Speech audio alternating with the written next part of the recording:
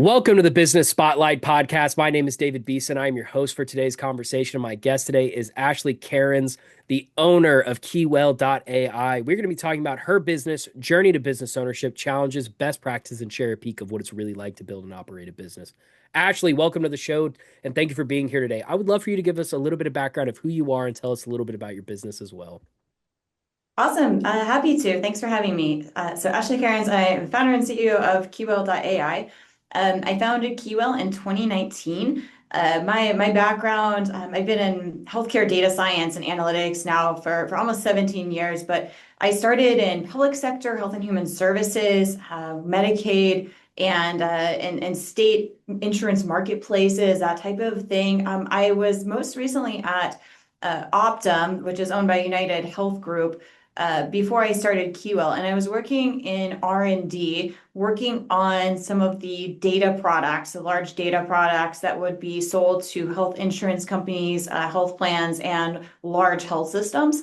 So I gained a lot of insight, and I left and started Keywell. I always wanted to be an entrepreneur, and so at some point you just kind of have to scratch the itch and do it. And so I jumped off, just starting to do what I knew well. But I really wanted to bridge the gap that I saw between product and solutions for customers. I really saw a lot of customers struggling, just because every product isn't made exactly for customers. And I really saw an opportunity to kind of help bridge that gap. And that's really sort of been our thesis for the company.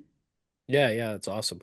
So, kind of setting the stage for the viewers and listeners, generally speaking, what's your current ownership structure looking like? Are you sole founder and owner? You got a business partner, outside investors? Sole founder and owner. We have some seed funding, and we're building a leadership team. But yeah, I'm the founder so far. Awesome. Well, tell me a little bit about what role you currently play in the business. Like, what's a day in the life of Ashley? I'm doing too many things right now.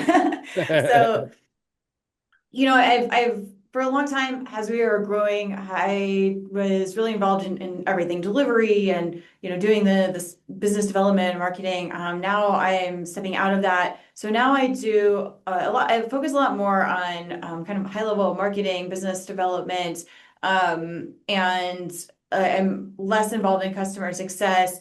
I'm definitely doing a lot of reading and following right now what's happening so that I can sort of help share our perspective and thought leadership with Yeah. prospects and customers. I'm on sales calls, and I'm actually still coding too. So especially now that there's vibe coding, I have a technical background, comp sci, and so I still actually do some contribution to our platform and solutions here and there. Awesome. Yeah. So when you look at your role, how many hours would you say you're spending working in your business, so the job itself, like the coding and things like that, and how many on the business strategy planning, like per week? I'm probably 60/40 now. 60 working on the business, 40 working in the business. Yeah. But Gotcha. it And all how sort of many? blends together when you're small too. Like what is on Yeah, the business and in the business, like is it something that our marketing lead should, be doing or could be doing or that group. But uh so yeah, it's a lot less hands-on delivery these days than it used to be, which is a good step, I think, for our company. gotcha. Yeah, definitely. What? How many hours would you say that is a week currently? All of them. I have no idea. I have I'll say I have a 1-year-old, and so my time is just really chaotic between life and home. So I feel like I'm always working if I'm not sleeping or caring for him or doing some family stuff. Gotcha. But I don't know, maybe 50 hours a week or something like that right now, Gotcha. just because Gotcha. that's what's feasible. Yeah. 50 to Gotcha. Yeah. 60 Me and my maybe. wife, we're actually expecting our first kid here in about a month and a Oh, half, so we're excited. congratulations. Yeah. Thank you. So why did you choose to go into business for yourself as opposed to working for someone else? I know you mentioned you did work for someone else for a while, but what was the Mhm. transition like for you there? Yeah, I think I've always just had the itch to start something and grow it. I think in retrospect, a lot of that came from working at larger companies, and there's sometimes you just don't feel like you have the agency. And I think I can wear a lot of different hats, and in most of those roles, I was I felt like I was pretty pigeonholed, or I wasn't able to grow as much as I wanted to, or felt like I could. I couldn't quite reach my potential. And so I did the full jump to entrepreneurship, which is a 180, and now it's you doing everything and figuring it out, and you're forced to grow. I learned that the stuff I was really good at, kind of the e-myth, was not what I was doing day to day to try to build a business, right? So you have to get good at that other stuff, the business development, the management. And I really like that journey. I like that part of it. So it's difficult, but I think I've grown so much more than I would in a sort of single corporate role. But that was really it. I just felt like I wanted to have my hands in more strategy and be able to shape the company, shape the place I worked, shape the work that we did and the things that we tried. I wanted to experiment and take some risks. Gotcha, gotcha. Yeah, makes sense. So um who primarily does your business serve? Like if I were in the audience, how would I know I was a good fit for your product and service? Yeah, we're targeting mid-market regional health plans, the insurance companies that have a lot of cost pressures right now and challenges, who know that they need to innovate with AI, know there's a really important opportunity right now, and who want to own their AI strategy as opposed to kind of farm it out to vendors who want to know that's going to be an important transition for the long term and is Hmm. really going to shape their business going forward. So the mid-market regional health plans and then provider groups. So really anyone that is subject to HIPAA compliance and has the provider and healthcare data needs that are part of this AI transformation. Because I didn't share it too much. We're an AI scaffolding company. We help healthcare organizations build HIPAA compliant AI solutions Mm, and embed that into their existing workflows and processes. Um, gotcha, so, gotcha. it's uniquely challenging for healthcare with all the HIPAA Yeah, regulations and private patient data. And so it's those healthcare organizations that are grappling with that right now. gotcha, gotcha. And would you say, I guess, so like you're pretty much like y'all are B2B. That's like how it works for you guys. Correct. Y'all are B2B. Correct. Gotcha, gotcha. Yeah. And whenever y'all do make a sale, how does that work? If you don't mind walking me through it, do you have like a subscription model or Yeah, is that's it. it So instead of the SaaS model where you pay a large recurring amount for yeah. something that kind of lands and then everybody goes away and doesn't kind of help you build what you need, what we do is and because AI is changing so fast, we look at it more as a long-term partnership subscription. So you're essentially getting a SaaS platform, but you're also getting the support and customization needed, as well as all of the updates. So as models change, as one model leaps over another and as new capabilities are released, and as we release quick starts and integrations for health plan data, claims data, provider data, we want our customers to sort of be future proof, to keep up with what's changing. So they essentially subscribe to that service and that technology platform to be able to do that. Gotcha, gotcha. Cool. Yeah. Yeah, and whenever you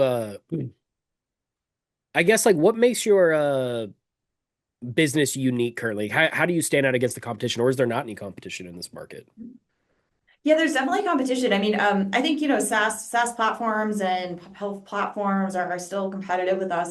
And even, consulting services now that AI is a lot easier to build with.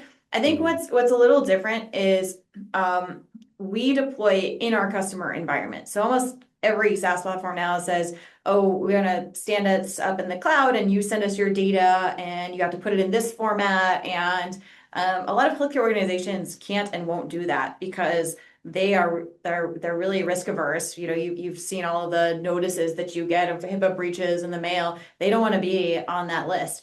And so we actually deploy in their environment.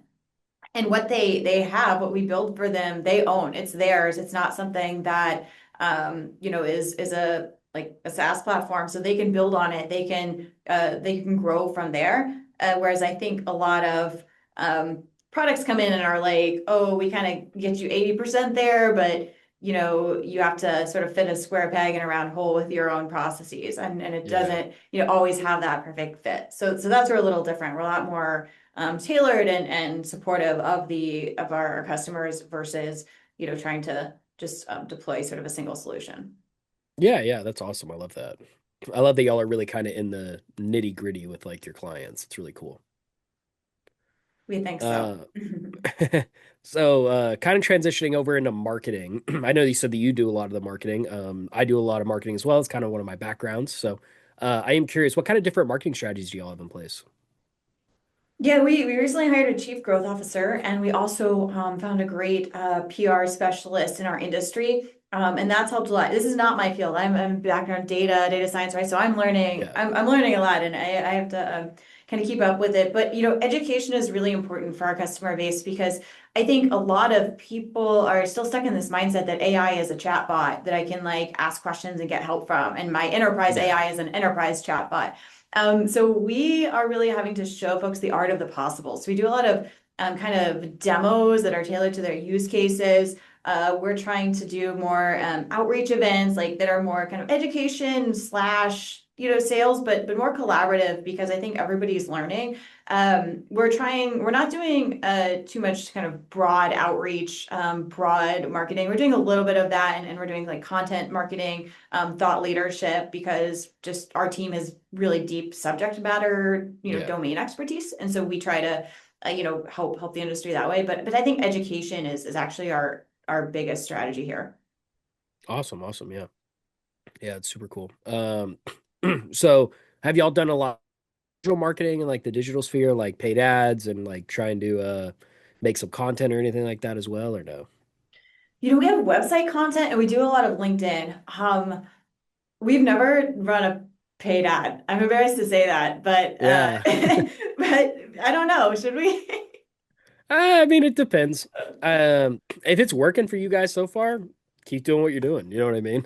Yeah, But yeah. yeah, I mean, depending on what the ad is and what y'all are trying to target, definitely could help and could work.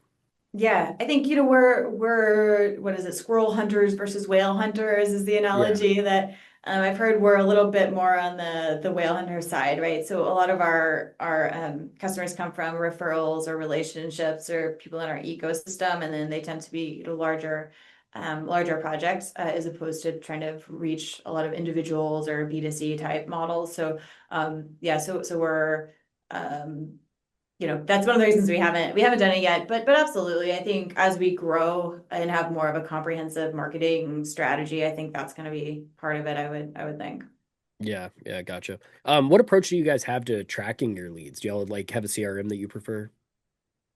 We use this little CRM called Nutshell, and No, I it's haven't heard just of that because one. I started it using it a long time ago, and I haven't had time to think about if it's a good option to switch or. But the nice thing about it is it has good integrations and APIs and so forth. And now like we're Yeah, we're kind of builders, right? So we can build things that we need that integrate with it and Slack and all that stuff. So we're trying to get the most out of that. And it has like the email system, so we've been doing more email newsletters, which I think is really good. And people still, in my experience, at least in our industry, get a lot of their news from their inbox. And at least yeah. I do. I don't know, maybe I'm old school, but it's like a good email newsletter with kind of concise rundown that gives, adds some value, but keeps me top of mind. That's one thing. And then we use Nutshell to help us with that. Yeah, yeah, that's awesome. So kind of switching up to team building, how would you describe your leadership style in business, and has it changed over the years? Hmm. That's a good question. There's this book called Quiet. I'm a huge introvert, and so I don't think I'm the kind of dynamic leader, but Yeah, I ask a lot of questions, and I think I'm good at fleshing things out and have kind of a judgment and wisdom as a strength, and so I think I think I'm a good listener. I think my leadership style has a lot of listening and trying to really leverage the skills and talents of the team while still pointing us in the right directions and kind of having the judgment and wisdom to say, all right, this isn't, I sort of know intuitively this isn't going to work, or I know the industry really well. But yeah, I think it's a quiet leadership style, if you will, but uh yeah, I don't know. I think it's, I hope it's effective. Gotcha, gotcha. How big is the team currently? We're around 10 people and we scale up with contractors and some fractional folks. Gotcha, awesome. And I know you said that y'all are kind of building out a bit of like a leadership team and things like that. How many leaders are you currently developing in your team? So we have now a chief of staff that's leading customer success and operations. We have a chief growth officer that's leading marketing and sales. And we have a CTO that's helping us guide our technical strategic direction. And then myself. So that's our ELT and we, really are able to collaborate well together and bounce a lot of ideas. Gotcha, gotcha. Yeah, and what type of training do you currently have in place for your team members? Training? Yeah. We're so scrappy. I mean, everybody, it's kind of nothing formal, honestly. I think it's kind of experiential, right? I think our folks find avenues that they can learn what they need to learn, whether it's finding a mentor who's been there and done it. That's my strategy, right? I have mentors who help give me really good advice and have been there, done that. I think for our for marketing, it's different than executive leadership, and for operations, it's different. So they're kind of finding conferences and things that are add professional Yeah. learning, but it's pretty informal at this stage, I would say. Yeah, no, I like that though. I mean, like especially like just kind of like learning by experience and doing it, I think is always really good. Yeah, yeah, but I really encourage you to kind of go outside of us because we're really small and we need those outside perspectives and people are really willing to help. Mhm. Mentors, advisors, or somebody just to have a single conversation, right? Just somebody Yeah. who's been in the industry for a long time. You can really just learn a lot even from a 30-minute or 1 hour conversation with someone. Yeah, definitely. So as we kind of get closer to like wrapping this up and everything, I do have a couple rapid fire questions if you're ready. Okay, What is the key to success for you? focus. Yeah, I love that. Focus is key always. What is your one piece of advice for other business owners? Put one foot in front of the other. Yeah. It's hard and that's part of it, and it's uncertain and that's part of it. And sitting with that uncertainty is something you just have to do. It comes with the territory. You're not doing it wrong because it feels uncertain. Yeah, definitely. What is a book or podcast you're reading or listening to right now? I'm actually reading a great book about how to talk about AI for non-technical people. And I have to look up the author. I can't remember off the top of my head, but it's really great because I'm so in the weeds technically that it's really helped me to come up a level and communicate things better. Yeah, yeah, definitely. Yeah, I definitely have had that whenever people have talked to me about AI. I am not a tech person whatsoever. So sometimes whenever like I get talked to about AI, I'm like, I don't understand anything you just told me. So it's Yeah, it's it's How to Think definitely kind About of AI, Richard Susskind. I want to make sure I covered it. Yeah, Richard it's a great Zussman. book. Gotcha. I highly recommend it. Awesome. And this is kind of a fun question I always like to ask. If you had a little bit of magic dust and you could choose one spot to sprinkle it in your business, where would it be and why? Go to market, getting the network of our right customers. It's that's where we live or die. We've got to go to market and be in front of the right people. If we can get in front of them, it lands well, it demos well. We've got traction there, but it's getting in front of them, getting cutting through the noise of everything that they're hearing right now. Yeah, yeah, makes sense. And then this is another question I like to ask. Um, if everything goes well, where do you see your business in 3 to 5 years? We want to be the a standard go-to playbook and subscription for healthcare organizations deploying AI that's kind of risen to the top as a model and the best way to do it while retaining AI ownership. So Yeah, that doesn't, there are numbers I can attach to that, but I think what's important is that we are a go-to, we're a known model. We are the way that you do AI well and with long-term ownership. yeah, yeah. I love that. Um, all right. Well, before we get to the final question of the day, would you like to share with our audience how they can follow you guys, learn more, contact y'all? Yeah, you can follow us on LinkedIn if you search Keywell.ai, and you can go to our website, Keywell.ai, and you can also follow me on LinkedIn, Ashley Cairns, AshleyCairns. Perfect. Awesome. Well, we've come to the final question of the day, and that is, what is most inspiring to you today? Yeah, one of our values is to advocate for our customers, and another one of our values is to know our communities. We work in the healthcare and we branch to the human services industry. We work with um, thousands, millions of people are, the technology we build impacts so many people and processes. And if we can make things just a little bit easier, if we can make it just a little bit more clear for someone enrolling in a Medicaid program, if we can help cut the friction with prior authorization just a little bit and have this enormous impact, that's what's really inspiring to me. These are real problems. They're problems I personally experience, right? And we all interact with the healthcare system, and so it's personal for me as well. We really want to be an advocate and really know our communities, and I am really inspired by the potential of some of these solutions to really ease that friction and just make it a little bit easier. Yeah, yeah, I love that. That's awesome. It's a great answer. Well, this was an awesome conversation. I really enjoyed getting to hear your story. So thank you so much for sharing. I just encourage all of you watching to save the show and come back and watch again because Ashley really did have some great insights for business. Also, don't forget to like and subscribe to our channel so you get notifications every time a new conversation drops, just like this one. Thank you to everyone who joined us today, and a special thanks to you, Ashley, for being with us. We really appreciate it. Yeah, thank you so much for having me. I appreciate it. Of course. And I will see you all in the next episode.